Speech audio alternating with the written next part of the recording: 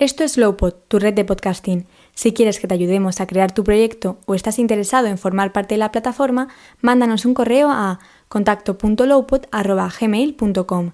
Lowpod, ¿nos oyes?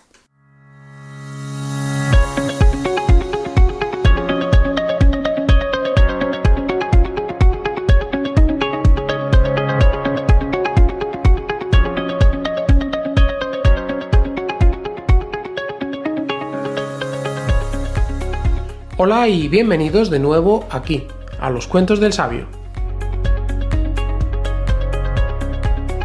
Un programa de divulgación histórica para ti, un podcast donde te contamos los temas más interesantes del pasado del hombre, para compartir conocimiento, para que juntos aprendamos a ver el pasado con una mirada distinta, cogiendo lo mejor para el futuro, desechando lo peor y aprendiendo de aquellos errores, porque a veces, como en nuestra vida, es importante echar la vista atrás.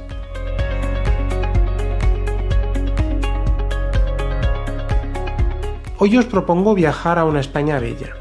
En el siglo XIII sobrevivió un reino al sur de la península que durante más de 2 siglos supo sacar lo mejor del arte, lo mejor de la cultura del Islam.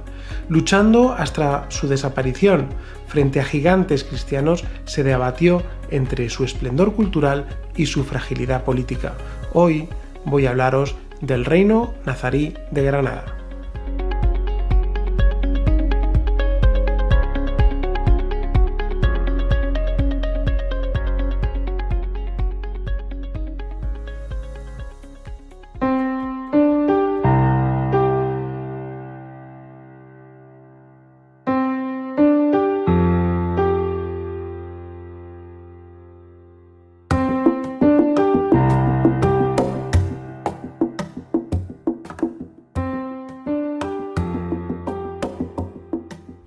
Quisiera hacer en estos primeros minutos un pequeño resumen de la historia de los musulmanes en la península, porque tenemos que hacer memoria, porque entender cómo nace el reino de Granada sin saber la historia que hay detrás puede llevarnos a equivocaciones, a no entender por qué de repente en el siglo XIII nace este reino. Parece que naciera por arte de magia y no es así.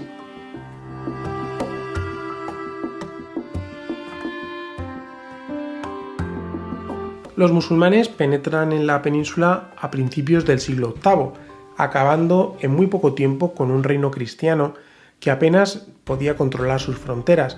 Hablo de los visigodos, aquellos bárbaros que se instalaron en los dominios romanos y que cuando la ciudad eterna cae en manos de otros bárbaros, los visigodos, que se habían instalado de forma pacífica, instauraron una monarquía en la Alta Edad Media.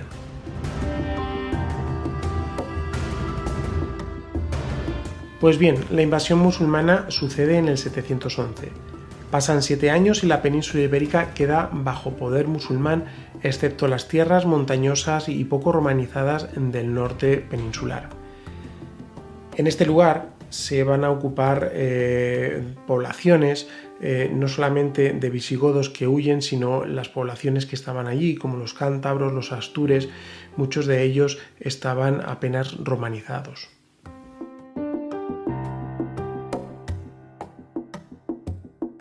Ante esta situación de absoluto dominio musulmán, en el 718 nace una nueva realidad política.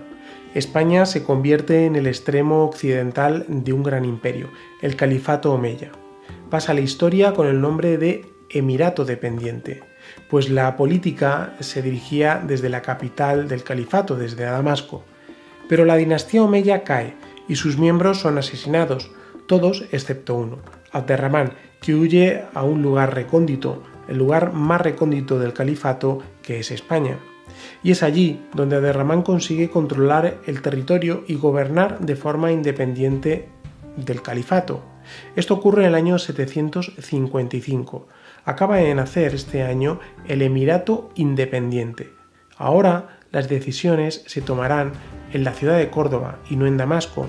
La única vinculación que tenía Al-Ándalus con el califato es que está sujeta al poder religioso de Damasco.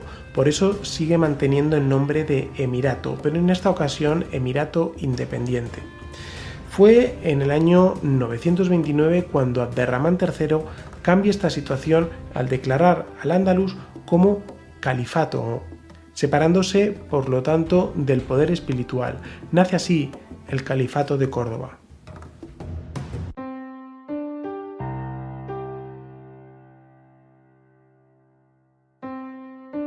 Es en 1031, después de sufrir guerras internas de poder, cuando desaparece este Califato de Córdoba y al-Ándalus se divide en pequeños territorios llamados taifas.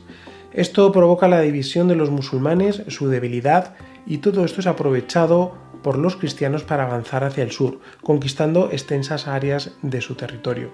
Y aquí entra en escena un nuevo imperio, que es el Imperio Almorávide. Viene de África y pronto controlará al-Ándalus. Pero no duró mucho y en el siglo XII vuelve a aparecer nuevos reinos de taifas, se vuelve a separar el mundo musulmán y nuevamente vuelve la debilidad frente a los cristianos, concretamente frente a los castellanos sobre todo y los aragoneses. Tanto unos como otros diezmaron nuevamente el territorio andalusí. Es en 1157 cuando entra en escena el último imperio musulmán para intentar aportar algo de unidad. Estos son los almohades, un imperio que fue muy efímero en su existencia, mucho más que el de los almorávides. El 15 de julio de 1212, esta fecha es importantísima, un ejército formado por castellanos, navarros, aragoneses, cruzados, órdenes militares, religiosas e incluso franceses, vencen a los almohades en la batalla de las Navas de Tolosa. Y esto está en la provincia de Jaén, y nuevamente la situación da lugar al nacimiento de las terceras y últimos reinos de taifas.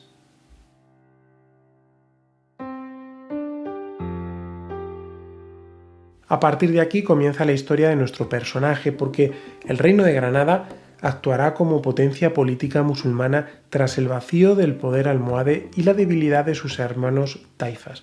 Es decir, Granada nace como un reino taifa en estas últimas taifas y se reparte la conquista del resto de las taifas junto con los cristianos.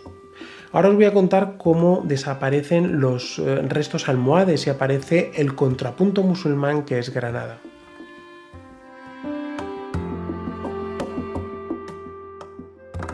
Y aquí tenemos que hablar de distintos personajes. El primer personaje, que es el último representante oficial de los almohades en España, es Ibn Hud. En 1228 gobernaba Murcia. Tras el desastre de las Navas de Tolosa, inicia una serie de conquistas por el Al-Ándalus para intentar restablecer el poder que tenía anteriormente.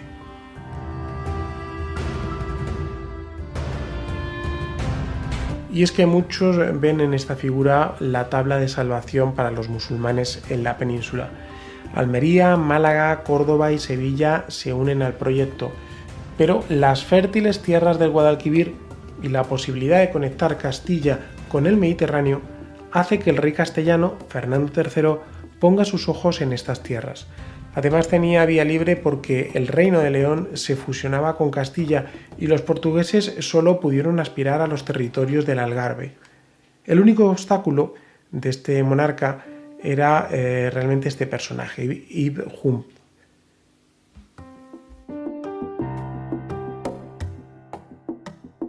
Fernando III fue astuto y provocó la crisis interna en estos territorios.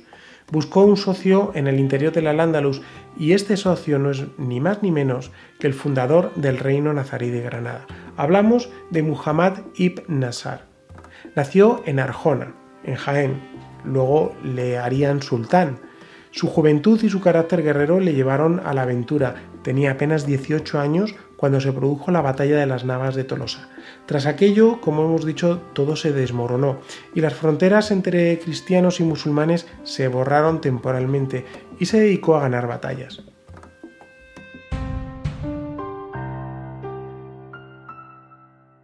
Fernando III puso sus ojos en este joven y provocó el conflicto entre él y Ibn Hud. Y así fue, la provincia de Jaén es el campo de batalla entre ambos líderes musulmanes. En 1228, Fernando III aprovecha la situación y conquista Úbeda. Ante la pérdida de este enclave tan importante, ambos ponen sus ojos en Sevilla. Quien se hiciera con esta plaza se haría con el Al-Ándalus. El rey castellano apoya a Muhammad, mientras que Ibn Hud es proclamado emir del Al-Ándalus por las autoridades de Siria.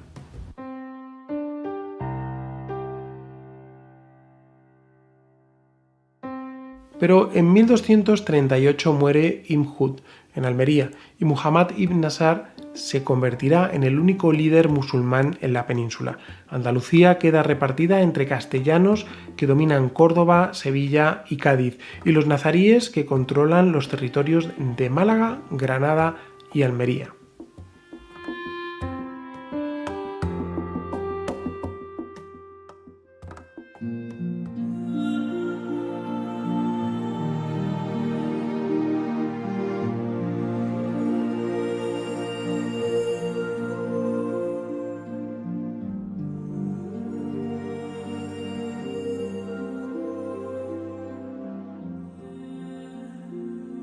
En 1246 nace oficialmente este reino. En este año se firma el Pacto de Jaén. Es un acuerdo entre Fernando III y Muhammad ibn Nasr, que ahora será conocido por los cristianos como Al-Jamar. Acordaron la frontera entre ambos reinos. Este pacto nace como consecuencia de la toma de Jaén. Los castellanos llevaban 8 meses asediando la ciudad. Al-Jamar era consciente de que no podía salvar esta plaza. Entonces se presentó ante Fernando III y se ofreció como vasallo de Castilla, entregándole la ciudad. Se acordaron 2 cuestiones importantes. Por un lado, Fernando III recibía por vasallo al rey de Granada, quien además debía entregarle 150.000 maravedíes anuales. Se establecía también una tregua de 20 años entre ambos reinos y Al-Jamar se obligaba a no hacer la guerra con terceros, sin autorización de las Cortes de Castilla. Por otro lado, se fijaban las fronteras entre ambos reinos. Estas fronteras no fueron modificadas prácticamente en los 2 siglos y medio siguientes hasta la conquista de Granada por los reyes católicos.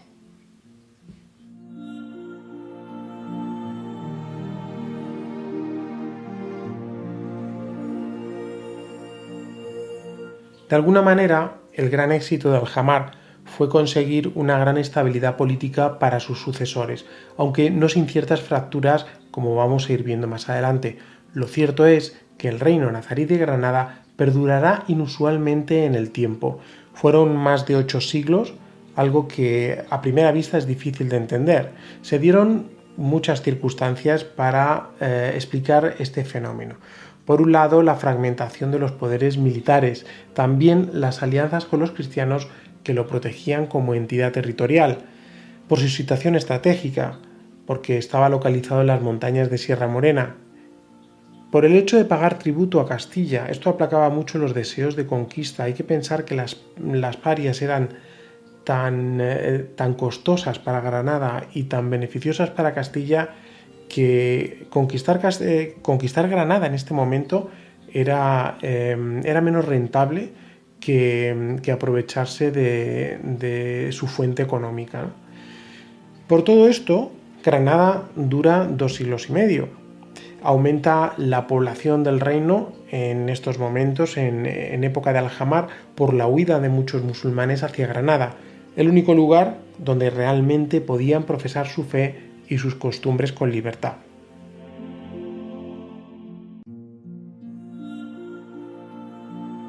Al-Jamar inaugura la dinastía nazarí. El primer rey nazarí tuvo durante todo el reinado que debatirse entre la defensa de los musulmanes en su territorio, a la vez que cumplir con las obligaciones como vasallo de Castilla, y esto a veces era muy contradictorio, porque en este último aspecto se vio obligado a luchar contra sus hermanos en conflicto, como fue el caso de la toma de Sevilla. En su reinado hizo muchísimas cosas. Embelleció y restauró la ciudad de Granada, fomentó la extracción de metales diseñó el escudo de armas adoptando el rojo como el color de su dinastía, fortaleció la organización política que se hizo más eficaz y la dotó de una sólida administración, y aprobó un sistema fiscal que garantizaba la paz entre granadinos y castellanos.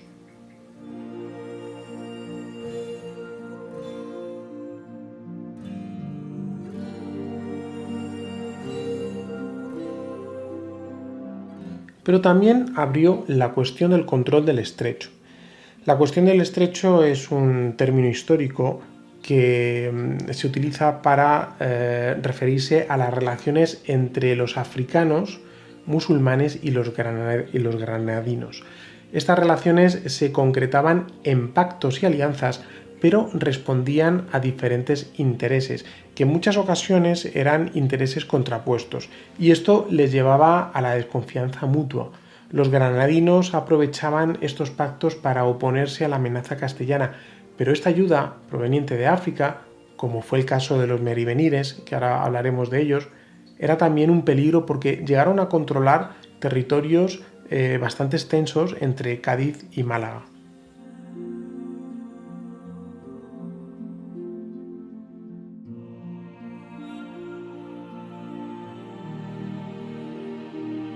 Como he dicho, entran en escena los benimerines. ¿Quiénes eran? Se trataba de un pequeño imperio al norte de África. No tenía nada que ver ya con los almorávides ni con los almohades, ya los imperios eran más pequeños, pero llegaron a controlar ciertas partes del Al-Ándalus.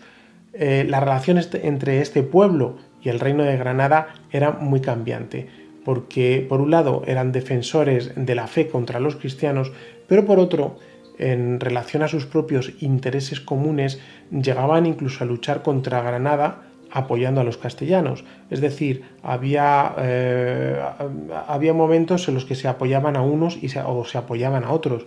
Además, y relacionado con este tema, Alhamar tiene que enfrentarse al problema de la disidencia de tres gobernantes musulmanes, lo que se llaman los valíes de Málaga, Guadix y Comares.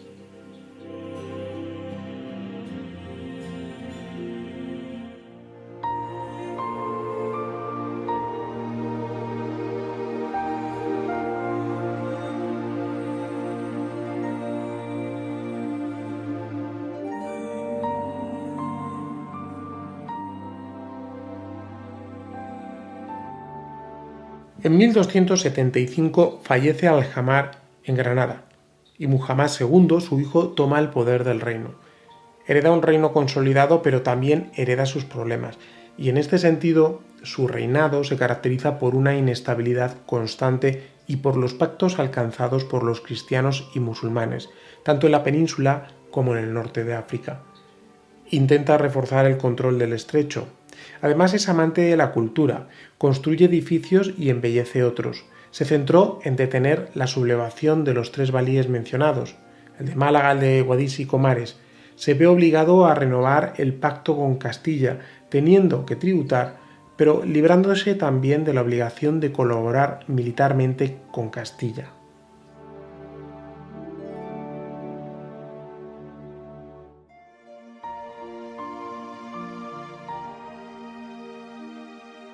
A pesar de los vaivenes, Granada se presenta como un reino bien consolidado, tanto como unidad política, como potencia militar y como potencia artesana y comercial, pero desde su nacimiento estaba condenada irremediablemente a su extinción. Aunque fuera esto una larga agonía, comienza un periodo de crisis interna y dinástica. Se van sucediendo los reyes Muhammad III, que se ve obligado a abdicar en su hermano Nasar. La conspiración va a ser en estos años una práctica habitual, sobre todo entre las élites. Ismail I roba a Nasar el poder en 1314, así comienza una guerra civil entre ambos. En 1325, Muhammad IV accede al poder hasta 1333. Fueron nuevamente años de conjuras y traiciones.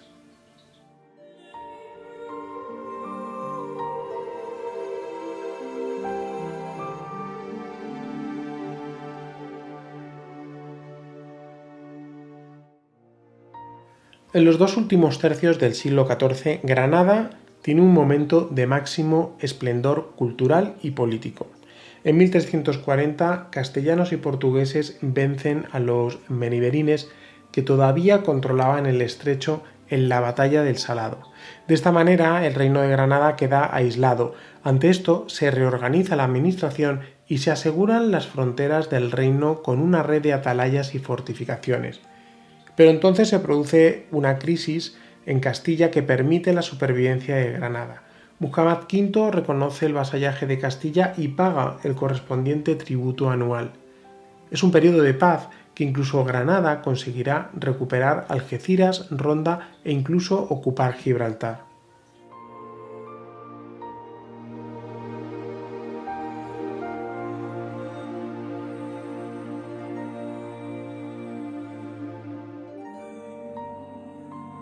Pero todo aquello no iba a durar mucho tiempo. Yusuf II sucede a Muhammad V, inaugura una época de conspiraciones. Muhammad VII inaugura el siglo XV, desestabilizando la vida política del reino. En el reinado de Yusuf III, los castellanos inician una ofensiva contra Granada de mayor tamaño. En 1410 se pierde la ciudad antequera. Bajo el gobierno de Muhammad IX, apodado el Zurdo, siembra la semilla de la guerra civil. Dos familias, los Banu Sarrak y los Zegríes, forjan dos bandos enfrentados y contribuyen a desmembrar la unidad política. En este siglo se suceden golpes de Estado.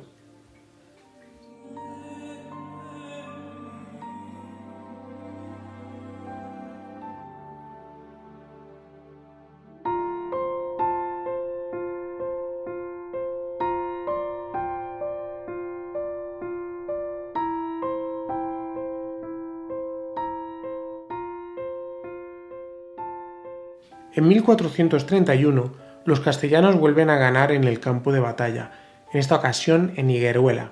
Las defensas granadinas ya no pueden contener el potencial bélico que es Castilla. A mediados del siglo XV, Enrique IV de Castilla practicó la táctica de la tierra quemada. Esto es, destruir absolutamente todo lo que pueda ser de utilidad al enemigo cuando una fuerza avanza a través de un territorio o se retira de él.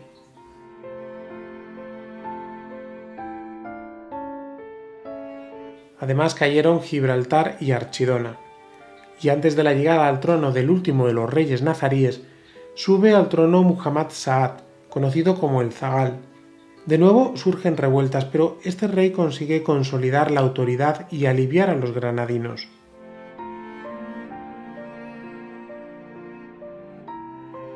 Fue un brevísimo renacer momentáneo gracias también a las buenas relaciones con Castilla. Y hablando de Castilla, eran tiempos difíciles porque Enrique IV, Isabel y Fernando estaban enfrascados en una guerra civil que causaba estragos. En 1478 se firma una tregua por 3 años con Castilla. Se inicia una decadencia del poder del sultán en el trono. La excesiva subida de impuestos y los numerosos errores que se cometieron precipitaron la caída de Granada.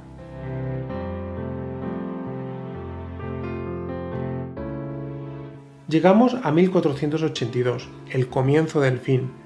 En 10 años el reino de Granada se desmorona hasta su caída final en 1492. La situación es perfecta para comenzar una invasión castellana. Por un lado ha perdido la comunicación del exterior, los benimerines han abandonado el estrecho y habían desaparecido de Marruecos. El país se desmorona desde dentro por las sucesivas luchas internas y Castilla no abandona su postura beligerante.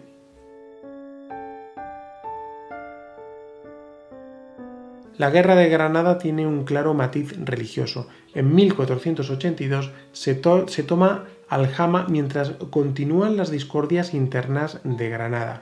Entre 1482 y 1487 cae la región occidental. Se toma la plaza de Alhora, se avanza y se toma la Vega Granadina con la toma de Illora, Moclín, Montefrío, Colomera y otras villas.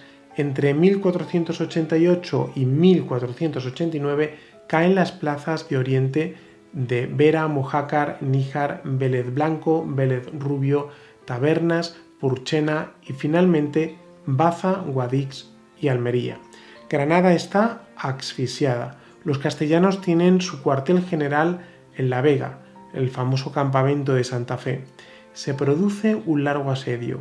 Heridos por el frío, la falta de víveres y las traiciones políticas, la capital del reino capituló el 2 de enero de 1492. La Granada nazarí desaparece y nace la Granada mudéjar.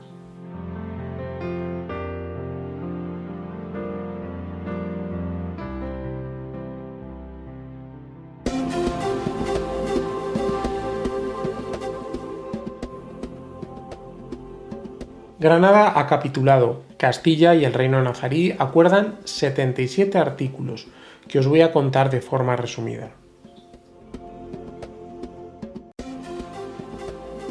El rey de Granada y los alcaides entregarán la fortaleza de la Alhambra y todas las fortalezas, torres y puertas de la ciudad de Granada y del Albaicín. Todos los moros serán vasallos con sus reyes y señores naturales. No se les obligará a convertirse al catolicismo ni podrán ser molestados por sus costumbres. Los reyes cristianos entregarán a todos los rehenes y sus mujeres y criados, excepto los que se hubieren vuelto cristianos. Los moros serán juzgados en sus leyes y causas por su derecho tradicional. Se permite a los moros llevar armas, excepto pólvora que deberán entregar a las autoridades. Los moros son libres de vender o arrendar sus propiedades y viajar a la Berbería si así lo desean sin que se les confisquen sus bienes, garantizando a los cristianos que la travesía sería segura durante 3 años. Los moros no estaban obligados a llevar marca distintiva alguna, al contrario que los judíos, que deberían llevarla siempre. Los antiguos habitantes de Granada están exentos de impuestos durante 3 años. Todos los cautivos cristianos de la ciudad serán entregados a las autoridades castellanas y liberados. Todos los funcionarios y empleados de la administración nazarí, desde el rey hasta los siervos, serán bien tratados y recibirán un sueldo justo por su trabajo. Se respetarán sus libertades y costumbres. Los cristianos tienen prohibido entrar en las mezquitas y los judíos no pueden ser recaudadores ni tener bajo su mando a los cristianos ni a moros. Asimismo, se respetan las limosnas de las mezquitas, que serán administradas por los alfaquíes. Se concede una amnistía e indulto general para todos los prisioneros de Granada.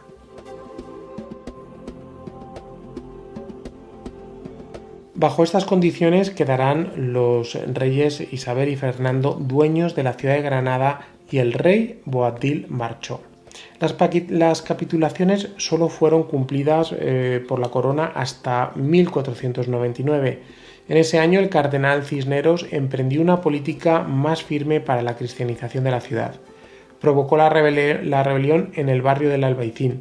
Se quemaron casi todos los libros en árabe que se encontró en la ciudad, solamente respetaron las de medicina. La corona terminó decretando la conversión forzosa de los musulmanes de Granada. Las mezquitas fueron convertidas en iglesias. Se les obligó con el tiempo a los descendientes de los musulmanes a abandonar su traje, usos y costumbres.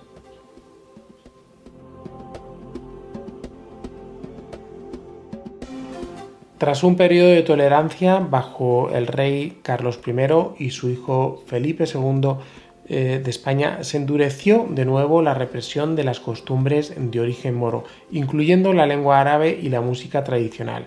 Esto dio lugar a la rebelión de los moriscos, en la que los descendientes de los moros del reino de Granada se levantarán en armas contra la corona. En 1558, aduciendo el incumplimiento repetido del tratado, la rebelión fue derrotada tras 3 años de dura lucha, tras la cual toda la población morisca del reino de Granada fue desterrada a otros puntos de la corona de Castilla. Finalmente, el rey Felipe III decretaría la expulsión definitiva de los moriscos en 1609.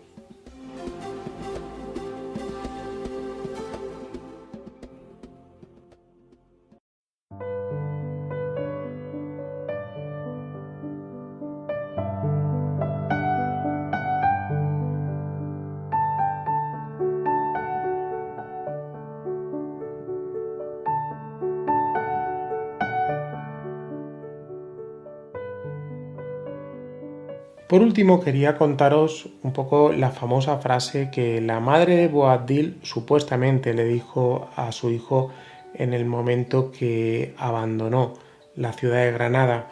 Y digo supuestamente porque seguramente es falso. Lo que pasa que queda como un final muy poético que marca el ocaso del reino nazarí de Granada.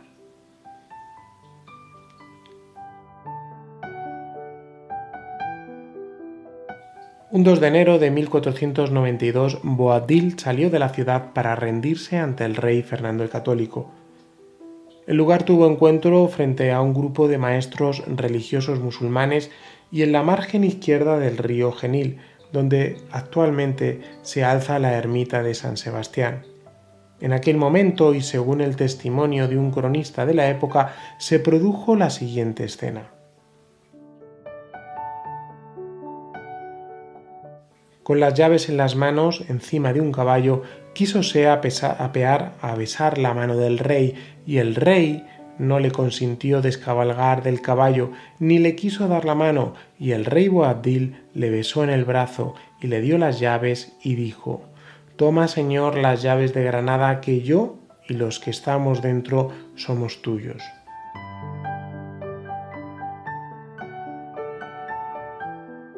Pero la escena de la que os hablo fue un poquito más tarde. La refleja Pradilla, el pintor del siglo XIX de pintura histórica, que en su cuadro, que yo os recomiendo que le echéis un vistazo, El suspiro del moro, retrata esta escena.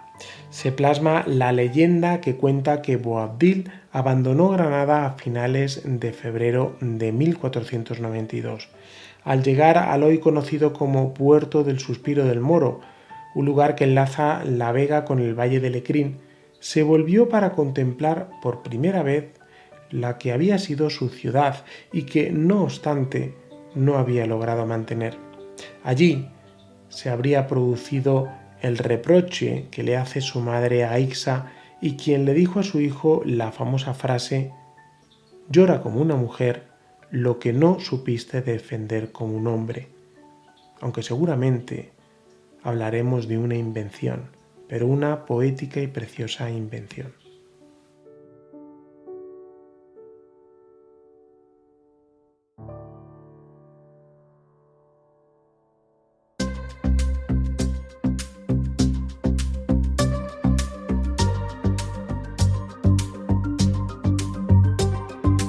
Blicke nach draußen, sehe Leere, bin allein. Kann es nicht glauben, all die Werte bleiben klein. Ist schwer in dieser Zeit, wo sind die Liebsten plötzlich? Der Kreis bleibt klein, bis Sympathie erschöpft ist. Keiner steht mit bei, denn keiner darf es. Bueno, y hasta aquí el programa de hoy. Espero que os haya gustado y si el tema es de vuestro interés, en el próximo programa de los cuentos del sabio no puedo dejar la historia de Granada sin hablar de su cultura y de su pensamiento, que es en el fondo el legado más importante que nos ha dejado el mundo. Así pues, habrá una segunda parte en 15 días. Gracias como siempre por vuestro tiempo, que es una de las cosas más valiosas que tenemos en nuestra vida. Un saludo y hasta el próximo podcast.